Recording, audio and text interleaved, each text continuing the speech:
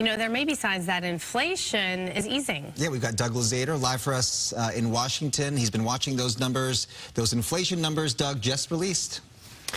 They were, and look, better than expected. Now, the thing with inflation is that it's not that prices are coming down, it's just that they're rising less quickly than they were. And this report was even more encouraging than a lot of economists expected. Wall Street just opened, and investors love this news.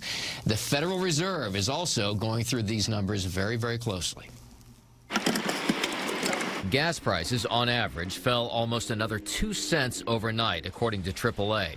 It's still high, but lower than they were even a year ago.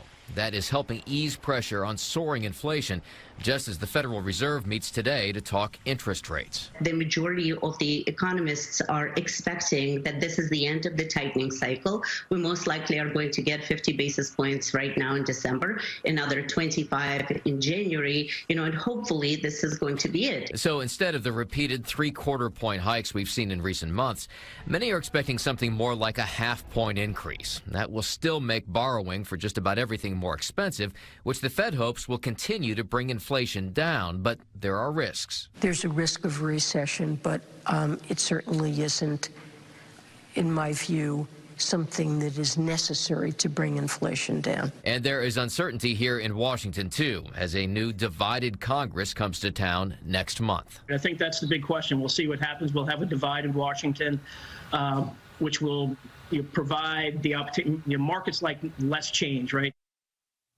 And that can have an impact on government spending and so on. And as far as this inflation report is concerned, it seems more likely now from the folks that really watch these things that the Fed will stick to a half-a-point increase in interest rates when they make this announcement tomorrow. And by the way, no sooner did these numbers come out that the White House added an item on the president's schedule. In about a half an hour, he's going to emerge to talk about these new numbers. Back to you guys. No doubt. He's going to start rounding the bases here. But, we see this sort of like in our everyday lives, Doug. I know I give you like a sort of like a gas report out here in California every now and again. And, yeah, and so right. I was saying $3.99. I saw gas for $3.99. That's amazing. It's amazing for us. But if you really think about it, the prices are still high because like a year ago, it was still a lot lower than that. We're just kind of numb to it out here.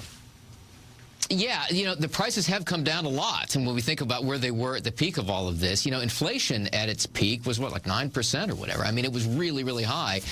So fuel was a big, energy costs were a big part of that. But as energy costs come down, that alleviates some pressure on prices really kind of across the board. It's cheaper to transport items and so on. It's cheaper to drive to the store. So, we hope this trend continues. But the Federal Reserve wants to make sure that they get this back down to a target rate, which is still much lower than it is now. All right. Doug Lazader, our economist there in Washington, thank you so much. Thank you, Doug. We appreciate it.